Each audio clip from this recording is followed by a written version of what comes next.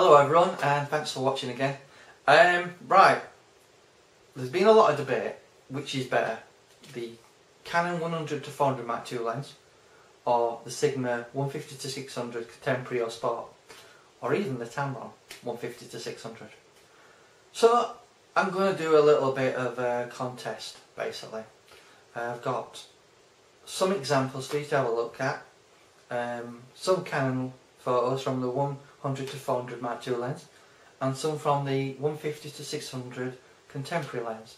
In my opinion, the Contemporary is just as good as the Sport, to be honest. If you're really interested about what's the difference between the Contemporary and the Sport, here are the basics. I'm not going to go into all the technical jargon about elements and coatings and all that sort of thing. I think most people just want the basics, so I'll tell you. The Sport is weather sealed, heavy, built like a tank, and is slightly sharper, between 500 and 600 millimeters. The Contemporary is 1 kilogram lighter. It's all made out of plastic instead of metal, like the Sport is, and it's pretty good up to 500 millimeters. It's probably at its sharpest between 150 and 300 millimeters, and up to 500 millimeters probably. But in terms of sharpness between both lenses, both the Sigma and the Contemporary, there's not a lot in it really. I've tried cropping in and having a look at the images by 200%. There's not a lot in it. So I just wanted to do another video for you guys to see some samples, and it's up to you to make your mind up which you prefer. Thank you. Bye bye. Hello everyone, and thanks for coming to my video. I think anyone who does photography, and does telephoto photography in particular, who can't afford the Canon or the Nikon primes because they're extremely expensive, have gone for the cheaper alternatives such as the zooms with obviously a variable aperture. I think a lot of people are considering the 100 to 400 Mark II Canon lens versus the Sigma 150 to 600 Contemporary, Sport, and also the Tamron version. For you guys in the Nikon world, you're probably wondering how it stacks up against the 200 to 500 lens. So this video is all about showing you some examples. It's not entirely scientific, I do apologise, but I hope this will give you an idea of the quality of the results you can get from both lenses. If you're wondering about the Contemporary versus the Sport, which is better, in my opinion, they're as good as each other. The only advantage to the Sport is it's well, it's a kilogram heavier first of all, so that's a disadvantage. But the advantage is it's weather sealed, and at between 500 and 600 millimeters, it's a little bit sharper than the Contemporary.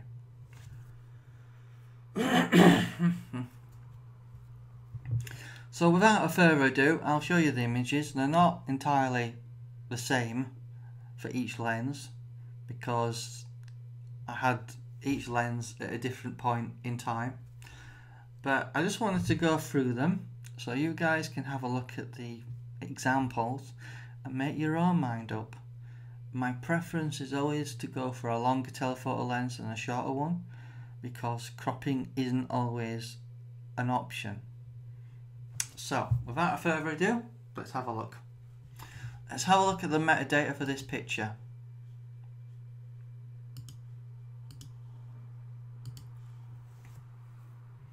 Right, 324 millimeters, f8, ISO 800. So that is set to camera raw medium settings on the 1D Mark III. So let's zoom in a little bit. 50%, 100%, 200%.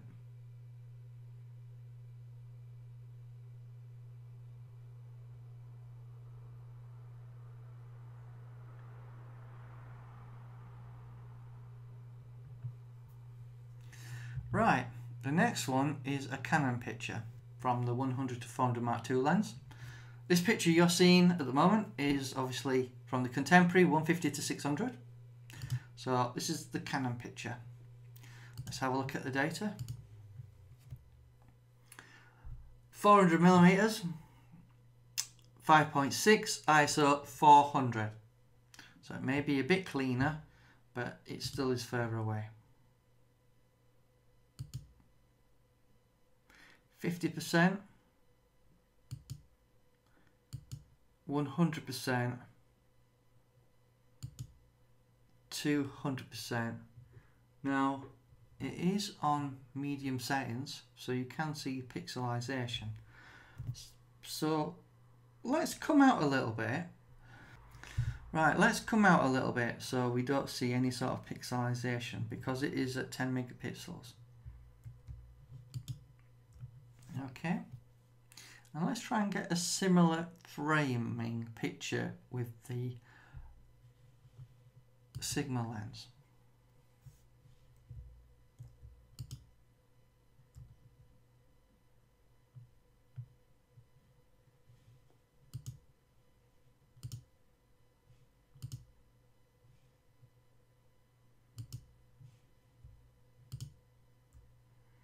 I would say 66% gets you roughly 100% of what the Canon can produce. But is it sharper? That's the question. The choice is yours. You make your own mind up.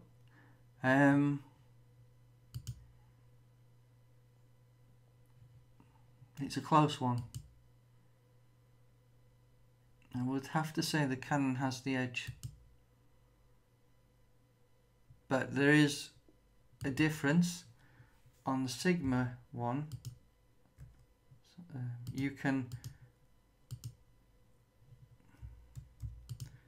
zoom into 100% with before pixelization. With the Canon one, if you try going into 200%, you can't. So it's close.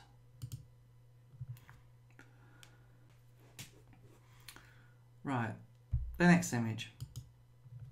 This is on the Sigma. So let's just have a look at the data. 600 millimeters. Obviously it's set to medium settings on the camera. 7D. ISO 400. f8. So let us zoom in. 50%, 100%, 200%. But at that point we can see some pixels there. But if we zoom out to 100%, it looks pretty good. So let's have a look at the next image, which is on the Canon lens. That's ISO 400, 5.6, 400 millimeters. Let's zoom in.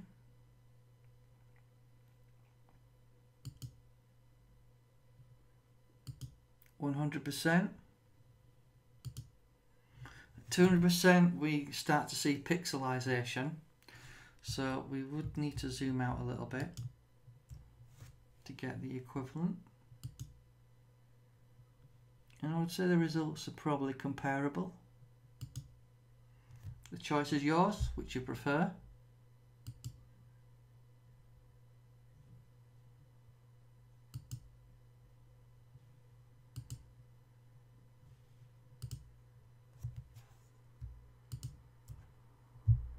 Clearly, the higher the resolution of your camera, the more you can actually crop. So that's the Sigma lens, that's the Canon lens. Okay, the next picture is on the Sigma.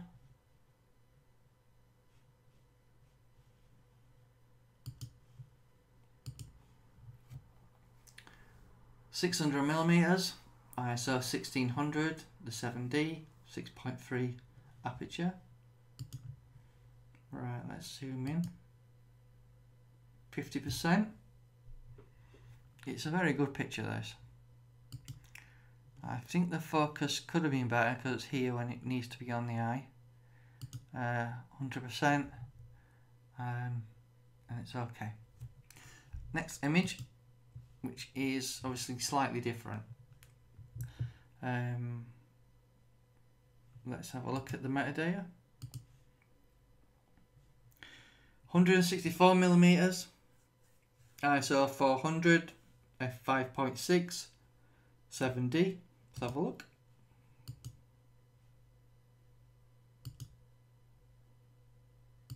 %, 200%. Okay, the next image, which is a Sigma picture, on the Sigma lens I mean. Right, the data is 562mm, 3200 of a second, f8, ISO 800. We're actually on high settings here, so it might not be a fair comparison because the Canon one is on medium settings. So let's click OK and zoom in. 100%.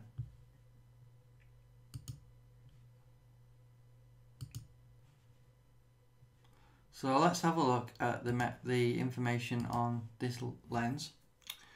562mm, ISO 800, f8, 3200 of a second, 7D. It's set to its high settings though, so in a fair comparison with the Canon, I believe. Well, let's zoom in. 100%, that's 100%, and 200%. But as I said, it is set to high settings, so really it's not usable at that, but that's usable. Let's have a look at the Canon one, which is just as nice a picture. First of all, let's have a look what the settings are. Canon 7D, this is set to medium settings, so in a fair comparison to the Sigma picture. 400mm, f8, ISO 400, 1600th of a second. So let's have a look. 50%, 66%, 100%. Now I think most of the focus is on the wing here, unfortunately, and not on the eye. It would have been a lot better if it was, so you could have a clear indication of which is sharper. Obviously it is a bit smaller, so we could possibly zoom out on the Sigma lens to get similar magnification. So basically it's 40% out we have to come to match the Canon's sized image here when we've cropped in. So it's up to you which you think is better. Obviously it would help if there were very similar images, but it's not an easy thing to achieve with wildlife. But they're both very good images, and the Sigma is certainly capable of producing good results, as you've seen. It's up to you to make your mind up, but I certainly think the Sigma and the Canon lenses can produce good results. The choice is yours. Personally, optically speaking, the Canon picture here looks really nice. In fact, probably nicer than the Sigma one. However, the Sigma lens can focus twice as fast on the 7D. But I have seen a video of the 1DX where the autofocus speed for the Canon lens is really fast. So it might be just a choice of camera which matches the lens. Anyway, it's for you to make your mind up. I'm not here to tell you what to buy, but I hope you find this comparison helpful, and thank you for your time.